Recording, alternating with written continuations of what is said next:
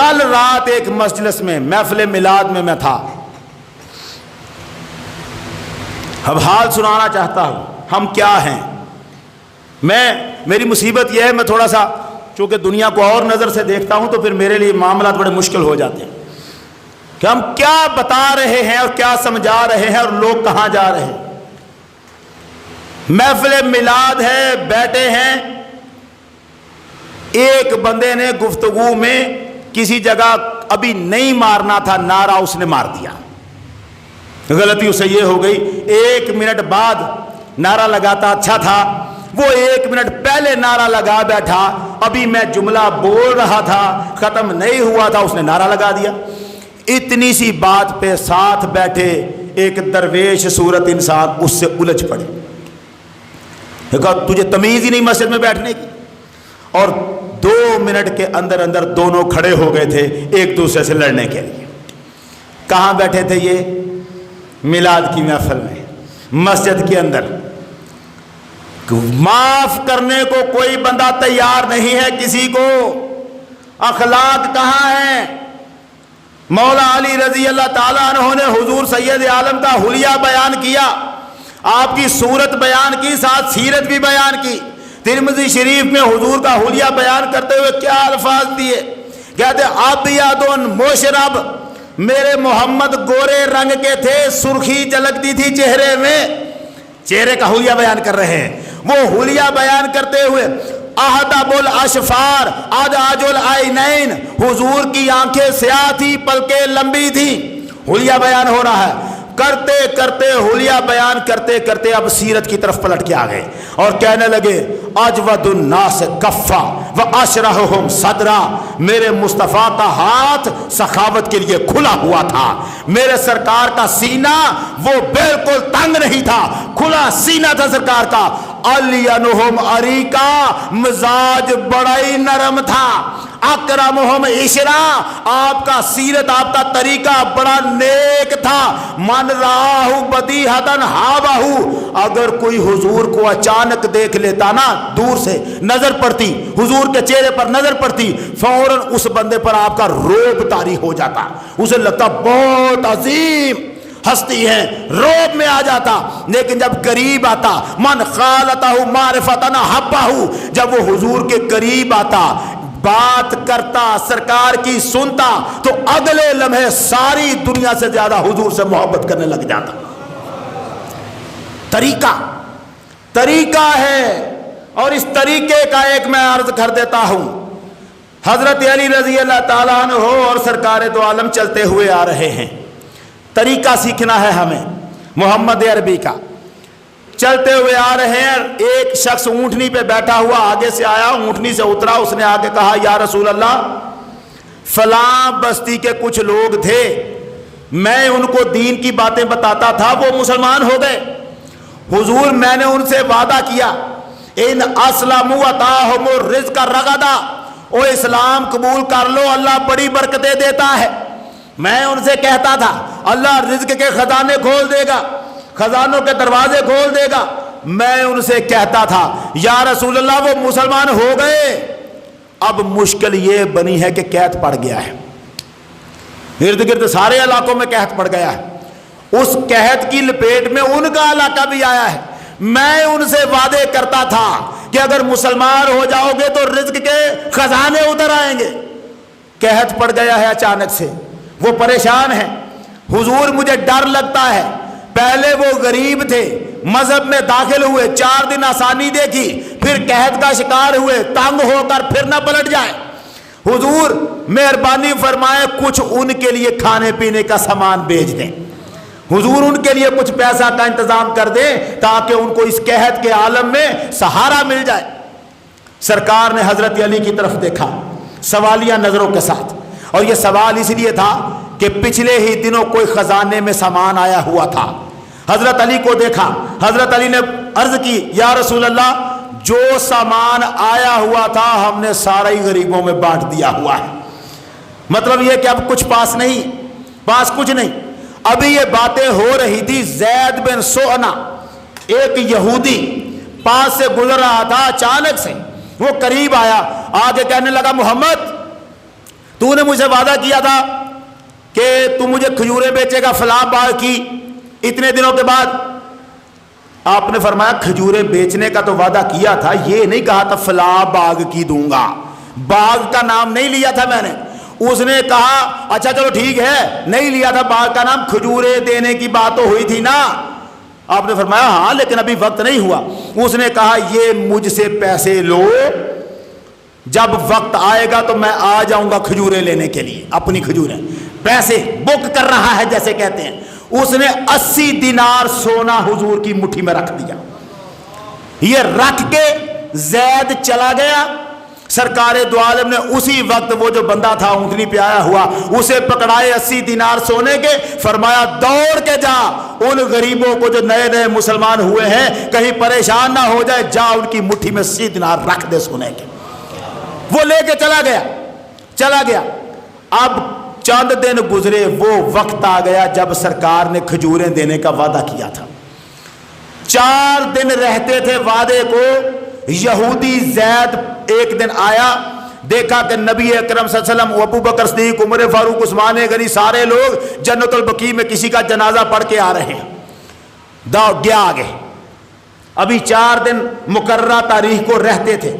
آگے گیا, اس نے جا کے سرکار کی چادر کو پکڑا اور جھٹکا دیا, یوں کر کے کھینچا.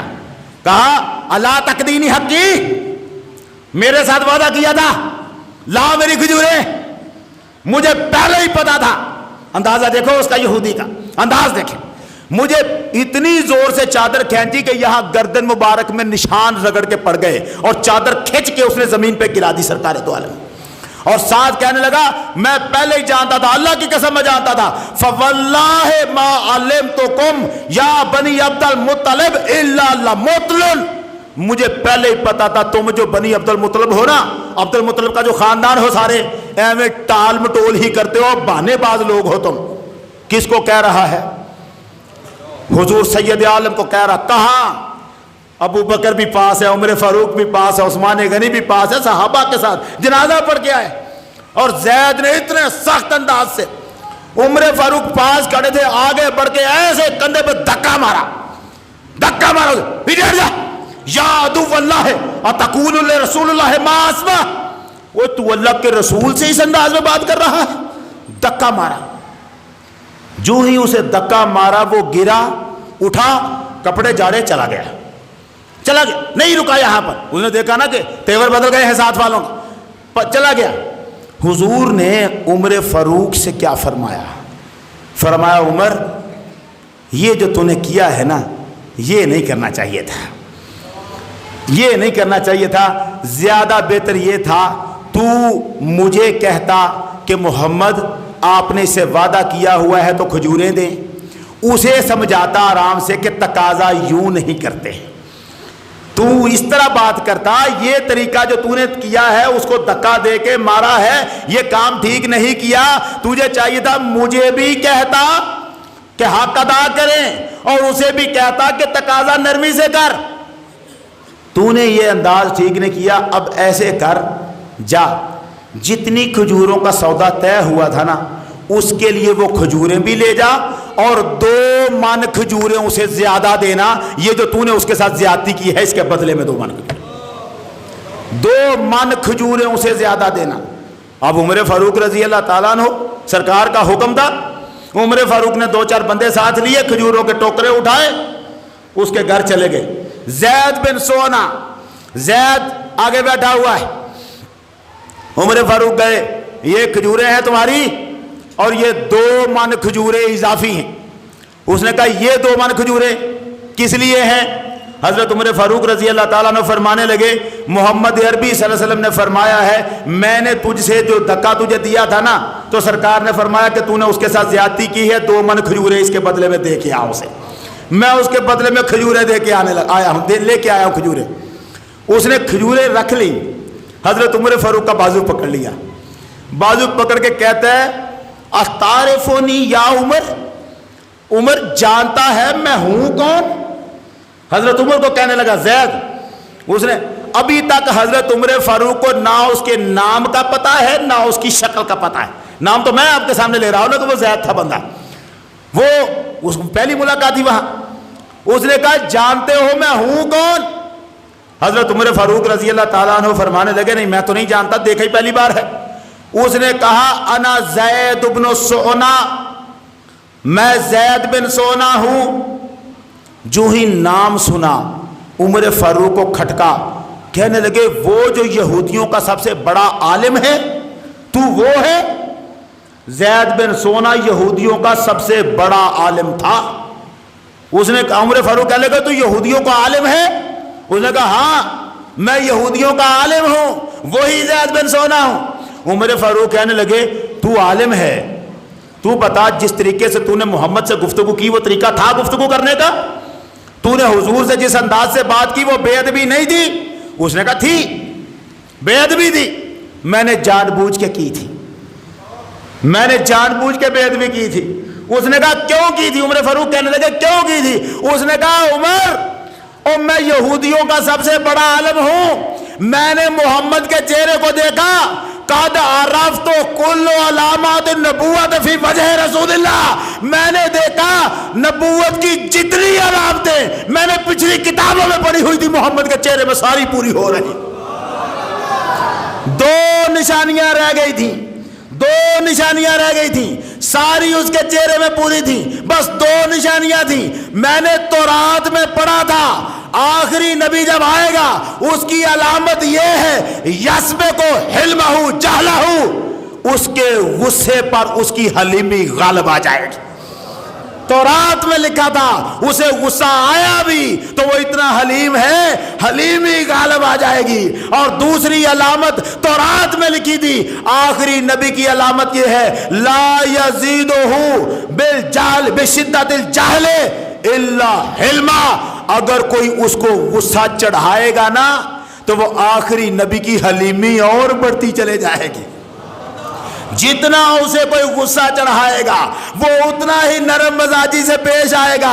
میں نے ساری علامتیں دیکھ لی تھی، میں چیک کرنا چاہتا تھا کہ اگر محمد کو غصہ چڑھایا جائے پھر محمد کیا کرتے ہیں، پھر محمد کیا کرتے ہیں۔ عمر کہنے لگے پھر کیسا پایا؟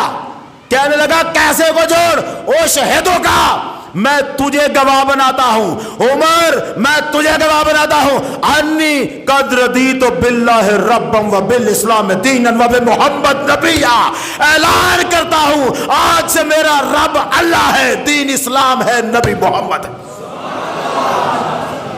میں اعلان کرتا ہوں، میں نے تو تورات میں پڑھا ہے محمد کو جتنا غصہ چڑھاؤ گے اس کی نرمی اور ٹھنڈک اتنی ہی بڑھتی چلے جائے گی۔ میں تو وہ علامت دیکھ رہا تھا سرکار دو عالم ہے۔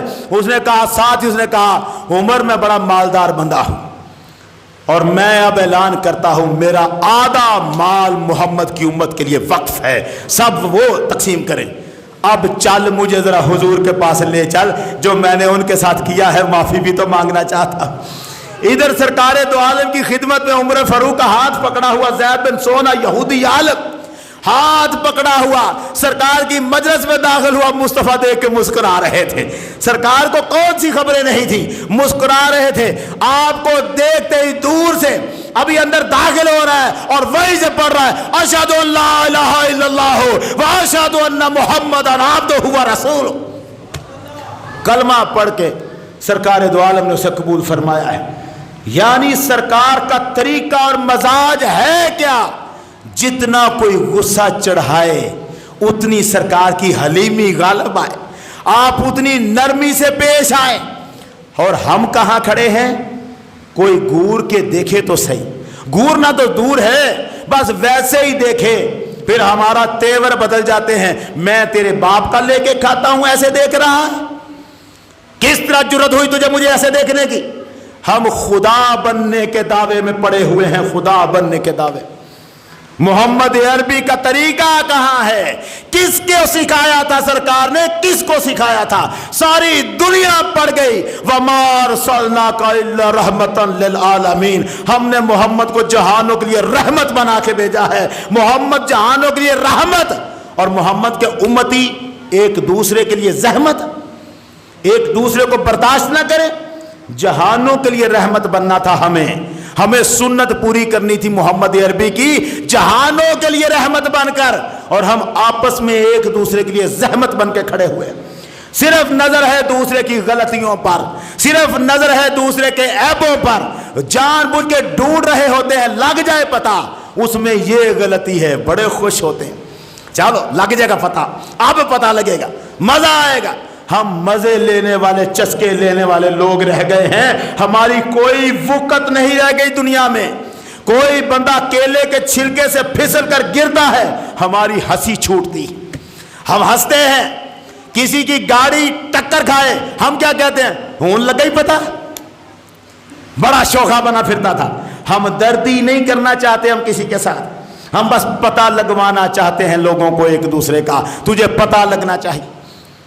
میں عرض کرتا ہوں میلاد کا یہ مقصد ہرگز نہیں ہے کہ ہم صرف نعرے ہی لگاتے رہے۔ میلاد کا مقصد یہ ہے جو پیغام محمد عربی دے کے گئے ہیں اس پہ ہمیں چلنا ہے، وہ طریقہ اپنانا ہے، ہمیں نرم بن جانا ہے، ہمیں محبت، شفقت، نرمی دینی ہے ایک دوسرے کو، خلوص، اخوت، پیار، چاہت، یہ بانٹنی ہے ہمیں۔ ہم میں سے شکل جو نظر آئے گی، جو روپ محمد کا اگر ہم میں سے نظر آئے گا تو پہلی جھلک یہ ہوگی کہ کوئی کتنا نرم ہے اپنے بھائیوں کی خاطر۔ وہ اپنے بھائیوں کے لیے جتنا نرم ہے اتنا ہی محمد کا رنگ اس پہ چڑھا ہوا ہے۔